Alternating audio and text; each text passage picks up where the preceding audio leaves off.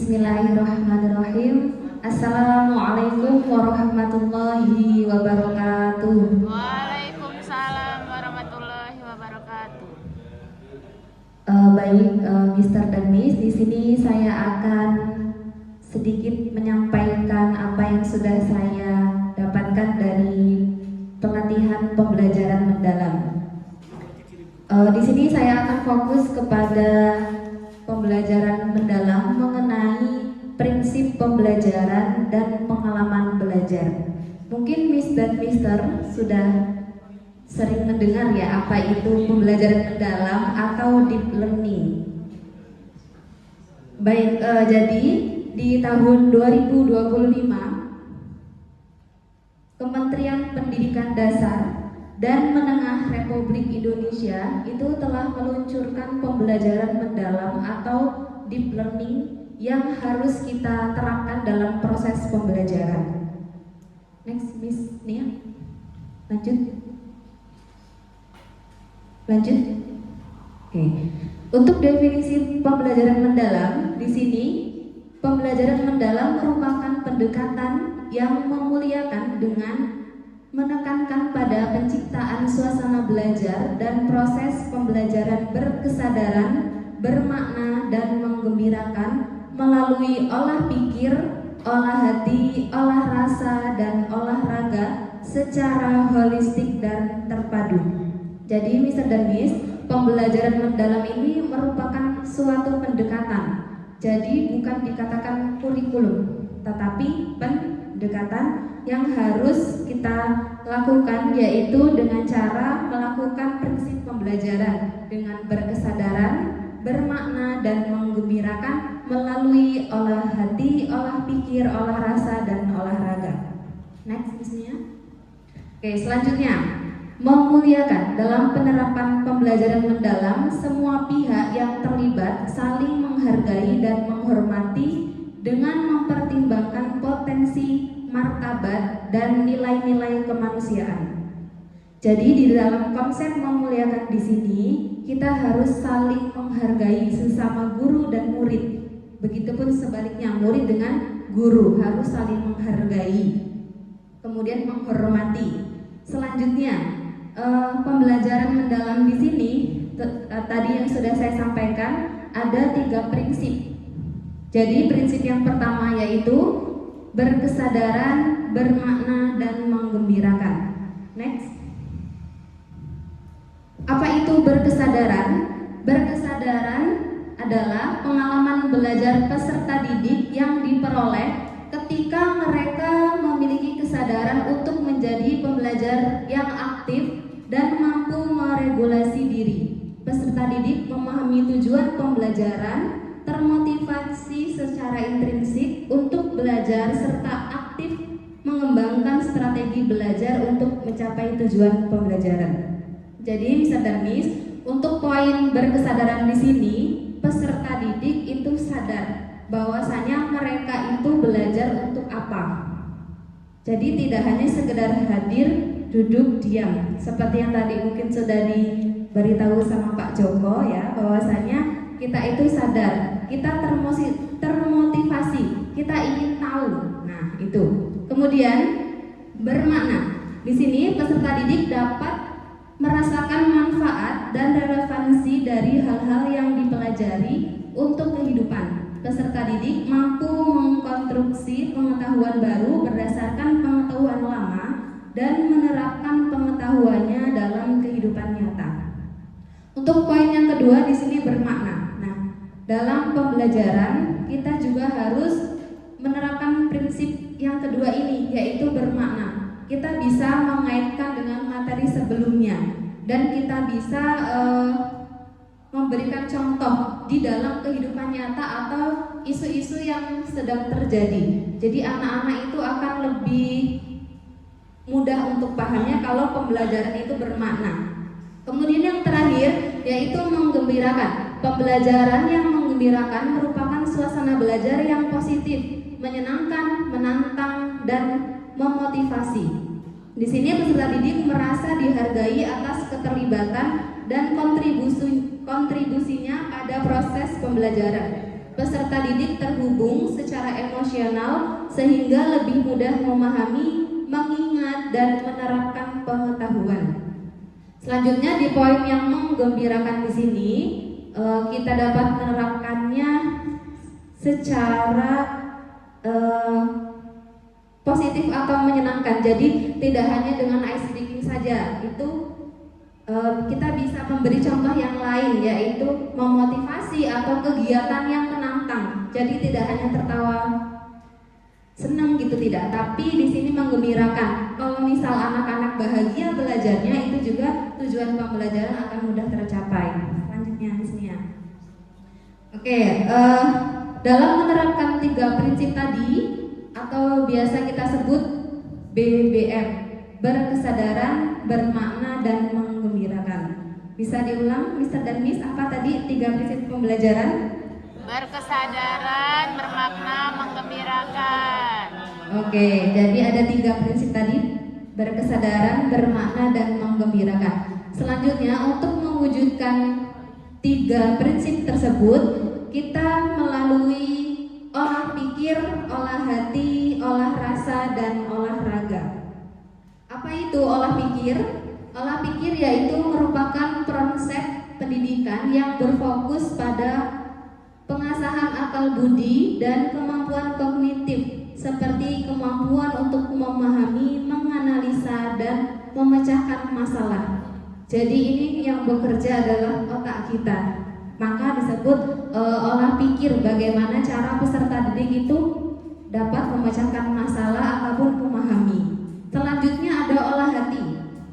Adalah proses pendidikan untuk mengasah kepekaan batin, membentuk budi pekerti, serta menanamkan nilai-nilai moral dan spiritual.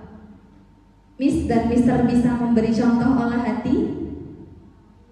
Contohnya apa kalau olah hati?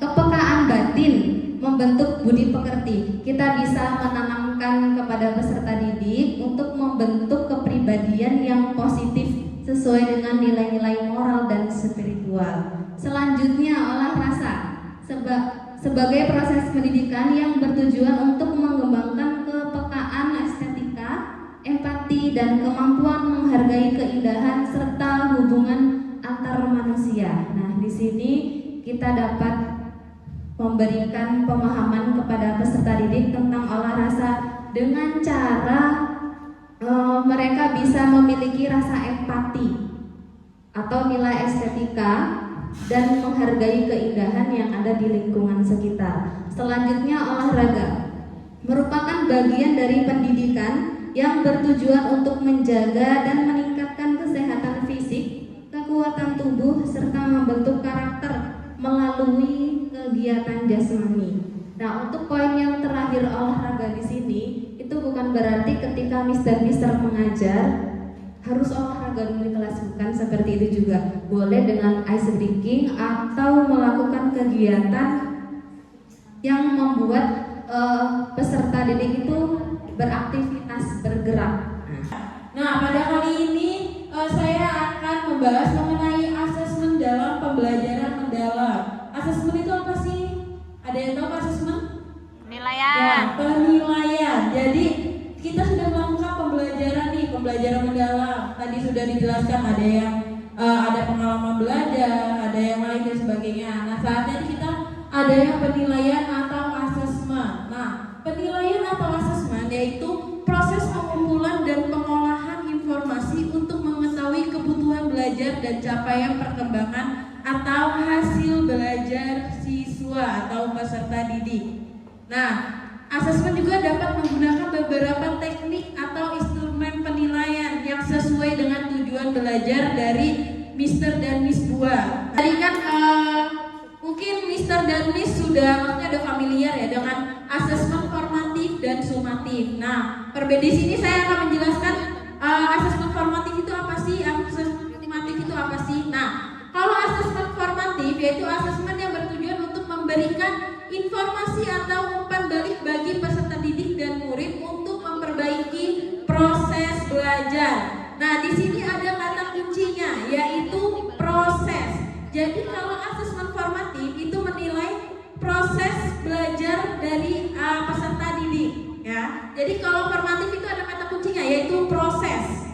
Nah, sedangkan kalau sumatif yaitu asesmen yang dilakukan untuk memastikan ketercapaian tujuan pembelajaran. Nah, pada jenjang pendidikan dasar dan menengah, asesmen ini bertujuan untuk menilai pencapaian hasil belajar sebagai dasar penentuan kenaikan kelas atau kelulusan dari sekolah tersebut.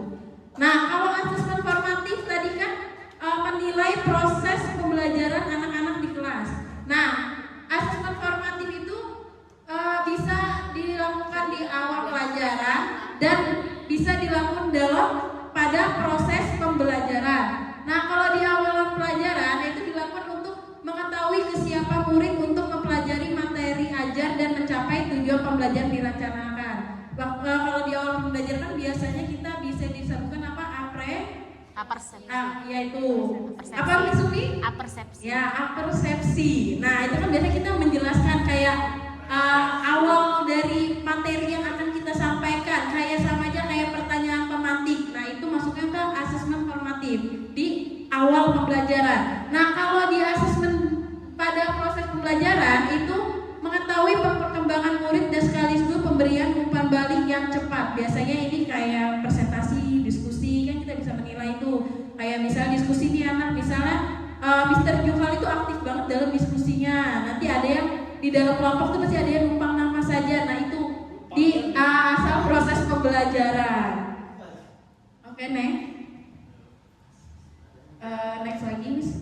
Nah, di sini ada penilaian formatif dan sumatif. Nah, yang berbeda di sini ada 3: assessment as learning, assessment for learning, assessment of learning. Coba guru bahasa Inggris deh. Assessment as learning itu apa? Penilaian sebagai pembelajaran. Nah, maksudnya assessment untuk assessment sebagai pembelajaran yaitu assessment untuk merefleksi diri murid dan refleksi pada proses pembelajaran. Contohnya mungkin ada jurnal reflektif, self assessment, peer assessment, checklist, kemajuan belajar dan lain sebagainya.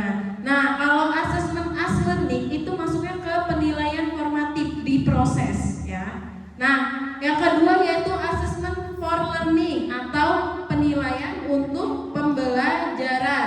Nah, assessment ini gunanya untuk memperbaiki proses pembelajaran. Contohnya nanti biasanya dibuat peta konsep, umpan balik formatif, classroom assessment, teknik observasi dan lain sebagainya.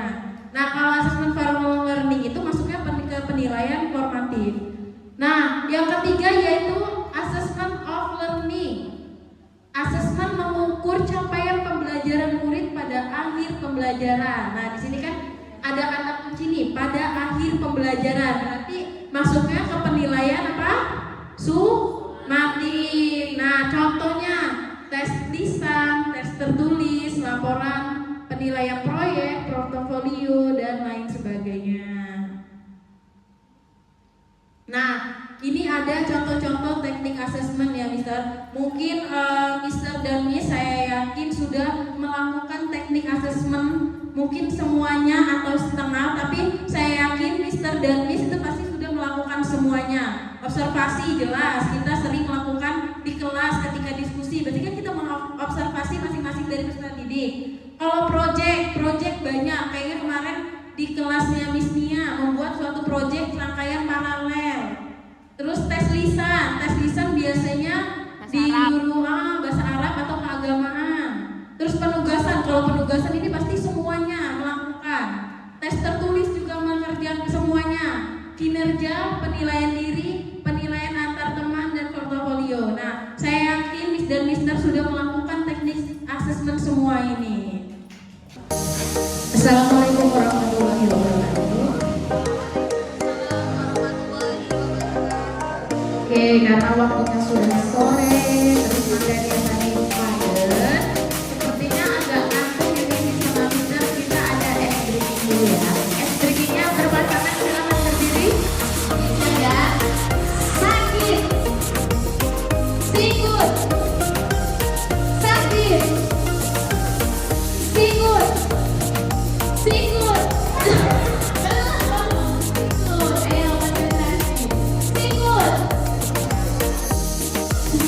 Sakit, sikut, sikut, belum, sikut, sikat. Oke, sebelum lanjut ke materi puncaknya atau klimaksnya, saya mau tes pemahaman dulu deh. Dari tadi awal sampai terakhir materi masuk nggak kira-kira di otak? Oke. Jadi materi yang pertama tadi tentang apa? Grow mindset atau pola pikir. Coba Mr. Arif bisa ke depan untuk menjelaskan secara singkat grow mindset itu pengertiannya apa, jenisnya apa. Secara singkat saja. Silakan Mr. Arif. Yang lain bisa disimak ya. Oke, izin menjelaskan ada dua grow mindset itu pola pikir yang berkembang gitu ya. Ada yang namanya grow mindset, ada yang namanya fix mindset. Itu ada yang pola pikir bertumbuh, artinya kita tidak punya kekhawatiran yang berlebihan gitu dalam hidup kita dalam menjalani. Kalau di sekolahan mungkin belajar atau mungkin bersosialisasi. Tetapi ada juga yang pola pikirnya tetap Ada apa aja, terus pengertiannya itu gimana? Silakan Mr. Oke, jadi dalam pembelajaran mendalam itu sesuai dengan materi yang pertama yang dijelaskan tadi sama Miss Alza, Miss Umi, bahwa PM itu bukanlah kurikulum tapi merupakan pendekatan dengan 3 cara pendekatan, yang yaitu BBM. Yang pertama itu berkesadaran, yang kedua bermakna, kemudian yang ketiga mengembirakan. Ada apa aja Mister kalian? Silahkan ke depan. Pengalaman pembelajaran 3M.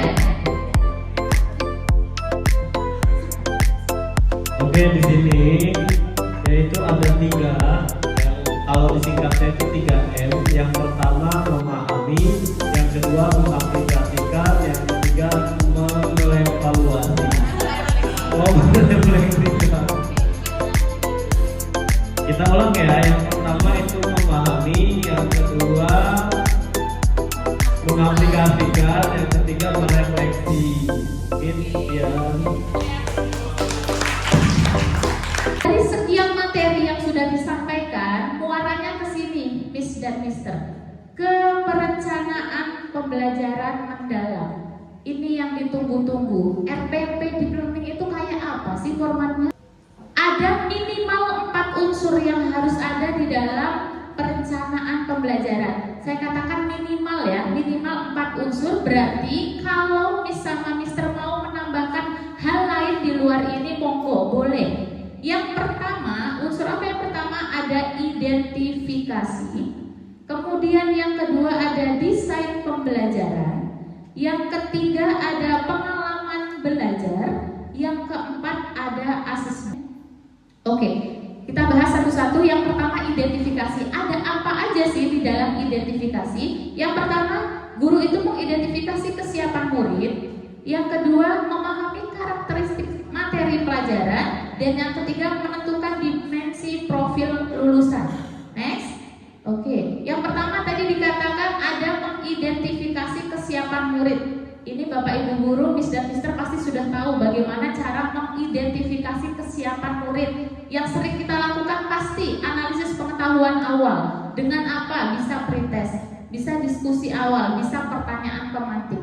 Jadi memulai pembelajaran di kelas itu kita identifikasi dulu pengetahuan murid. Bisa dengan pertanyaan tematik boleh, dikasih pretest boleh. Kemudian yang kedua observasi dan refleksi. Amati bagaimana murid merespon pertanyaan terbuka. Jadi kan Miss sama Mister sering nih ngasih pertanyaan sebelum memulai pembelajaran. Kalau anak-anaknya belum bisa menjawab, artinya anak-anak belum paham materi sebelumnya. Bisa kita review dulu sebelum masuk ke materi hari ini. Kemudian yang ketiga, inventarisasi gaya belajar dan minat. Bisa menggunakan angket ataupun wawancara singkat. Gaya belajar ada apa aja? Audio, visual, sama kinestetik. Ada murid yang senang dengan mendengarkan, ada murid yang senang dengan melihat, ada murid yang senang dengan gerakan atau mempraktekkan. Kita harus tahu nih gaya belajar murid di setiap kelas itu seperti apa. Kemudian next, itu tadi di mengidentifikasi kesiapan. Kemudian yang kedua ada mengidentifikasi karakteristik mata pelajaran. Kita harus tahu mata pelajaran yang mau kita ajarkan itu menekankan konsep atau keterampilan. Kalau konsep itu nanti kita bisa pakai model pembelajaran seperti PBL atau inquiry. Kalau mata pelajaran yang mau kita ajarkan keterampilan, ya berarti kita harus praktek. Kita bisa pakai model pembelajaran PJBL, membuat sesuatu. Jadi kita harus tahu dulu masuk kemana materi yang mau kita ajarkan. Kemudian setelah itu next, Miss Mia, menentukan dimensi profil lulusan. Tadi ada 8. Pertanyaannya, Miss Umi, apakah ke-8 dimensi profil lulusan harus ada di dalam RPP di setiap pertemuannya? Jawabnya tidak. Disesuaikan dengan tujuan pembelajaran yang ditetapkan. Misalnya saya menentukan tujuan pembelajaran siswa mampu mengidentifikasi unsur-unsur kubus. Maka apa 8 dimensi profil lulusan yang mau saya ambil? Misalnya saya mau ambil dari segi misalnya diskusi kelompok, ya berarti saya ambil yang pertama kolaborasi. Kemudian yang kedua karena saya mau presentasi juga setelah diskusi komunikasi. Kemudian karena di dalam proses diskusi itu ada berpikir, berarti bisa pakai berpikir kritis atau penalaran. Jadi tidak harus ke-8-8-nya ada di dalam RPP, tapi silahkan disesuaikan dengan kebutuhan Miss sama Mister. Next. Oke, lagi next. Oke, yang kedua. Itu tadi yang pertama ya. Yang kedua, unsur yang kedua itu desain pembelajaran. Isinya apa? Menentukan tujuan pembelajaran yang pertama. Yang kedua, menentukan kerangka pembelajaran. Oke, di sini ada materi baru Miss sama Mister. Ada yang pertama tujuan pembelajaran, yang kedua kerangka pembelajaran. Kalau di FPP sebelumnya tujuan pembelajaran itu memuat unsur A, B, C, D. Audience, behavior, condition, sama degree. Pertanyaannya, Miss, apakah di RPP Deep Learning itu tujuan pembelajaran harus memuat unsur A, B, C, D? Jawabannya tidak. Cukup memuat 2 saja. Bisa next dulu Miss Nia? Tujuan pembelajaran itu bisa mencakup 2 unsur aja. Yang pertama kompetensi, yang kedua ruang lingkup. Kompetensi itu apa Miss? Kompetensi itu sesuatu yang ingin dicapai. Jangan lupa menggunakan kata kerja operasional. Oke. Kemudian yang kedua ruang lingkupnya. Next, nanti saya kasih contoh gimana cara menentukan tujuan pembelajaran. Next. Oke, dalam kurikulum, dalam pendekatan pembelajaran deep learning itu menggunakan taksonomi Solo. Jadi bukan lagi menggunakan taksonomi Bloom. Perbedaannya apa? Kalau taksonomi Bloom itu tingkatannya C1, C2, C3, C4. Level yang paling rendah itu C1, paling tinggi C4. Kalau taksonomi Solo itu tingkatannya ada unistruktural, multistruktural, relasional, sama abstrak meluas. Kata kerjanya apa aja di masing-masing bagian itu ada di tabel ini. Oke. Sekarang saya contohkan membuat tujuan pembelajaran yang cuma mencakup 2, kompetensi sama ruang lingkup. Misal, saya mau pakai mengidentifikasi. Siswa mampu mengidentifikasi unsur-unsur kubus, itu namanya kompetensi. Siswa mampu mengidentifikasi unsur-unsur kubus. Terus ruang lingkupnya apa? Materinya pada materi bangun ruang sisi data. Oke, jadi cukup 2 itu. Siswa mampu mengidentifikasi unsur-unsur kubus pada materi bangun ruang sisi data. Itu saja sudah cukup. Kemudian next. Lagi. Oke, tadi ada 2 ya di desain pembelajaran. Yang pertama setelah menentukan tujuan pembelajaran, kita menentukan yang namanya kerangka pembelajaran. Ada 4 kerangka pembelajaran. Praktik pedagogis. Isinya apa Miss? Praktek pedagogis. Di sini isinya model, strategi, pendekatan, sintaksnya ditulis di sini. Misalnya Miss sama Mister menggunakan model PBL, sintaksnya ditulis dengan lengkap di sini. Kemudian yang kedua, kemitraan pembelajaran. Kemitraan itu maksudnya kita bekerja sama dengan siapa? Boleh di RPP itu kita cantumkan. Saya bekerja sama dengan pembelajaran IPS tentang skala. Berarti ditulis kemitraannya adalah dengan guru IPS, karena di dalam matematika ada pembelajaran skala, di IPS juga ada. Jadi bisa ditulis kemitraannya bersama dengan guru IPS. Kemudian yang ketiga, lingkungan pembelajaran. Lingkungan ini bisa di kelas, lingkungan kelas, bisa di luar kelas. Kadang-kadang biologi observasi tumbuhan ya, bisa di luar kelas, bisa juga lingkungan virtual.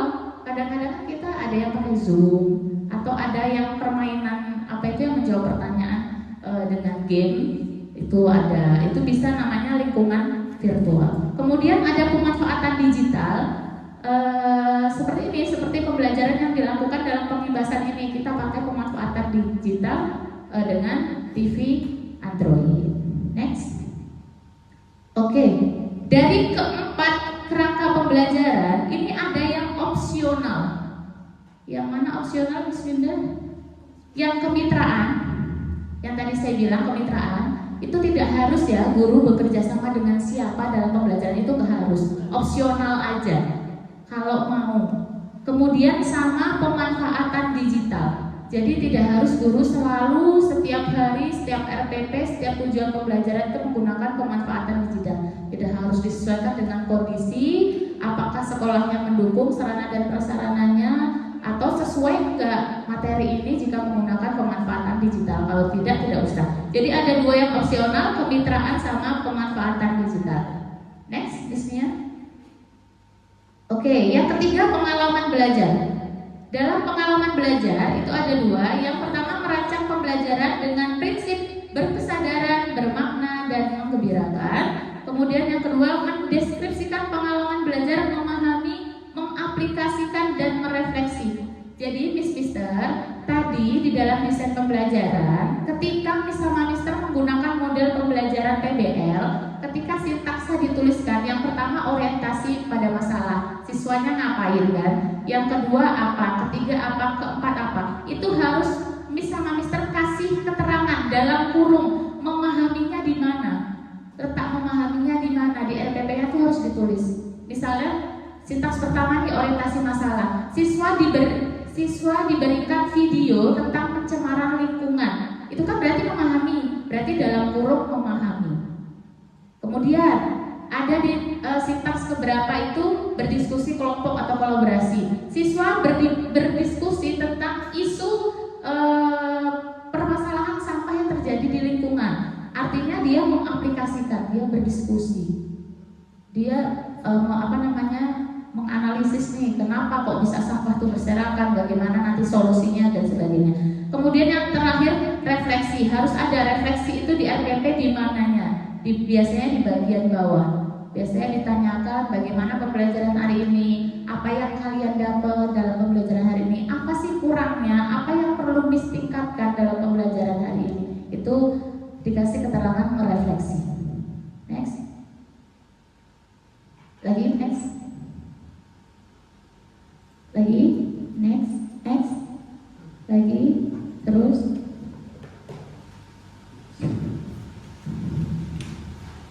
Oke, yang terakhir asesmen. Isinya asesmen pada awal pembelajaran. Tadi asesmen awal bisa dengan pretest ataupun yang lain. Kemudian yang kedua asesmen pada proses. Tadi ada banyak ya jenis asesmen formatif, bisa ujung kerja, bisa penilaian kinerja, bisa portofolio dan lain sebagainya. Yang ketiga asesmen pada akhir pembelajaran, ini biasanya post test. Next. Lagi. Oke. Ini tahapan proses penyusunan perencanaan pembelajaran. Jadi tahapnya Mister yang pertama menganalisis CP. Misalnya Mister sudah punya CP semua ya, CP setiap mata pelajaran. Kemudian dari CP kita pecah menjadi TP. Tujuan pembelajarannya dipecah satu-satu. Kemudian setelah dari TP kita masuk ke RPP. Tadi RPP yang sudah saya jelaskan ada 4 unsur. Coba kita lihat gimana bentuk RPP-nya. Iya, di bentuk RPP-nya. Komponen minimum perencanaan pembelajaran. Jadi nanti di sini ditulisnya rencana pelaksanaan pembelajaran. Balik lagi ke awal ya, bukan modul ajar, tapi rencana pelaksanaan pembelajaran dalam kurung RPP. Yang pertama, identifikasi. Identifikasi yang pertama. Ada dimensi profil lulusan. Pilih pilihlah. Berarti terserah Miss sama Mister nanti. Di sini ditulis dimensi profil lulusan, misalnya mau pakai 2, 3, terserah. Kemudian ada tujuannya. Ini di bagian desain ya. Ke atas maksudnya. Yang tadi. Oke. Ini identifikasi isinya ini, dimensi. Kemudian desain, tujuan pembelajarannya apa tadi, ada tujuan. Kemudian ada ini tadi, kerangka berpikir yang praktik pedagogis, ini isinya metode model, mau pakai apa. Kemudian kemitraan, kalau bermitra. Kemudian lingkungan, apakah di kelas apa di luar kelas. Kemudian pemanfaatan digitalnya pakai apa, laptop, TV, proyektor, dan lain sebagainya. Next. Unsur yang ketiga, pengalaman belajar. Nah, ini yang tadi saya bilang, dalam sintaksnya ditulis memahaminya di bagian mana, mengaplikasikannya di bagian mana, merefleksinya di bagian mana. Terakhir ada asesmen. Asesmennya digunakan apa aja? Harus lengkap, ada 3 asesmennya. Asesmen awalnya berupa apa, asesmen formatifnya berupa apa, asesmen sumatifnya berupa apa. Oke. Itu saja. Kita ada LK ya, supaya lebih paham tentang RPP. Nanti saya kasih link drive. Di situ ada beberapa RPP. Kalau nggak salah ada beberapa mata pelajaran. Nanti dipilih 1, kemudian diidentifikasi.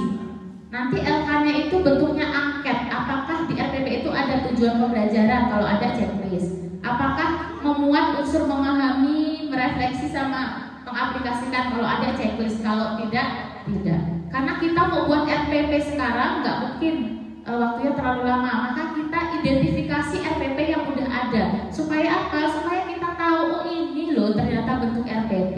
Oh kelebihannya di sini. Oh kurangnya di sini. Oke? Oke. Kali ini kita pakai spin ya. Mr. Amir, Mr. Ani sama Mr. Ahmad satu kelompok ya. Kelompok 1. Kemudian kelompok kedua. Iya juga ya. Mr. Arif.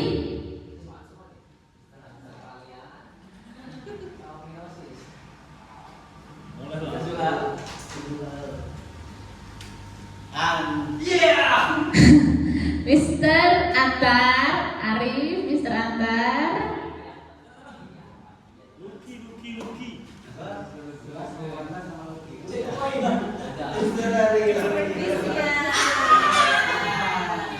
Miss Nia, oke.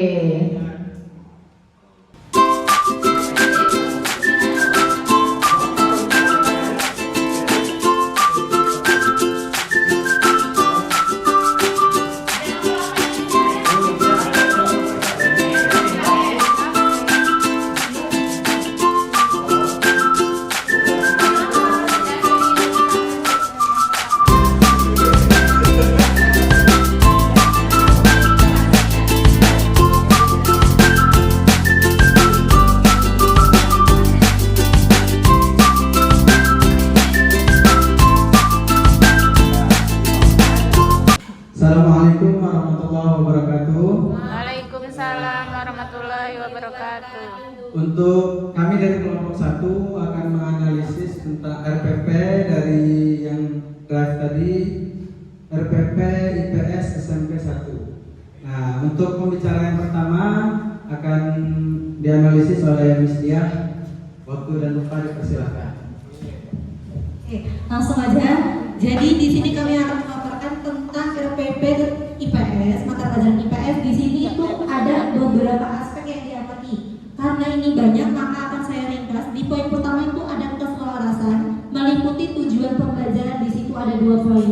Skalanya 4, kedua-duanya itu 4 karena memadai, ada semua di RPP-nya. Kemudian di poin kedua ada kerangka pembelajaran. Di situ masuk ada praktik pedagogis, kemudian ada lingkungan belajar, kemitraan pembelajaran, pemanfaatan digital. Di situ juga poinnya 4 karena sudah memadai. Kemudian di langkah pembelajaran juga sudah lengkap karena di dalamnya ada langkah memahami, mengaplikasi dan merefleksi. Kemudian juga ada faktor memuliakan murid, guru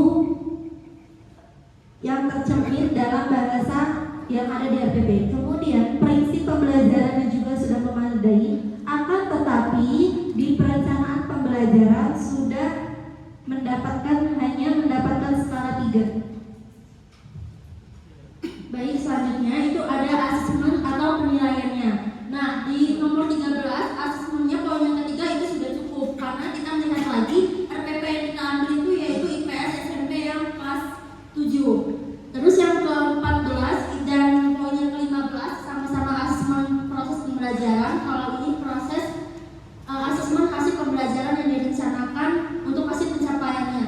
Untuk poin 14 sama 15 sama-sama sudah memadai poin yang keempat. Oke, selanjutnya 16 sama 17 itu nanti akan disampaikan oleh Mr. Juhal. Oke, untuk aspek perencanaan pembelajaran, apakah sudah sesuai dengan 4 unsur RPP pembelajaran mendalam? Untuk di poin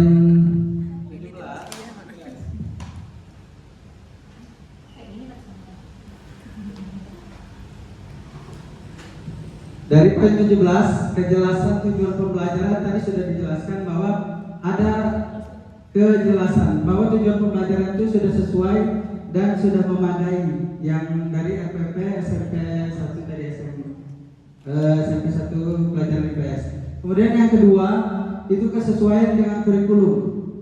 Kesesuaian dengan kurikulum itu sudah sesuai. Dari RPP IPS itu sudah memadai bahwa kesesuaian RPP dari SMP tadi sudah sesuai dengan pedoman-pedoman kurikulum. Kemudian yang ketiga pemilih materi. Pemilih materi itu kalau kita lihat dari keselarasannya dari kurikulum sampai dengan konsep alur tujuan pembelajaran itu sudah memadai dari pemilih materinya. Itu sebagai guru bisa memilih materi sesuai dengan konteks apa pembelajaran yang akan dihadapi murid. Kemudian yang terakhir, yang keempat, strategi dan metode mengajar. Tadi sudah ada dijelaskan di atas bahwa strategi dan metode mengajarnya sudah sesuai dengan pembelajaran mendalam dan bahkan menggunakan pengalaman belajar juga yang diterapkan di situ. Kemudian yang kelima, media dan sumber belajar. Medianya sudah memakai teknologi. Pemanfaatan teknologi itu sudah digunakan dalam RPP SMP 1 ini dalam pembelajaran IPS. Kemudian yang terakhir penilaian. Asesmen tadi sudah dijelaskan bahwa ada 3 asesmen atau ada 2 asesmen yang diterapkan. Yang pertama asesmen formatif, kemudian yang kedua asesmen sumatifnya. Sudah ada semua dari 2 unsur asesmen itu tadi. Jadi untuk poin ini sudah lengkap RPP SMP 1 itu. Kemudian poin selanjutnya akan dilanjutkan oleh Mr. Ruki. Bagian terakhir ini adalah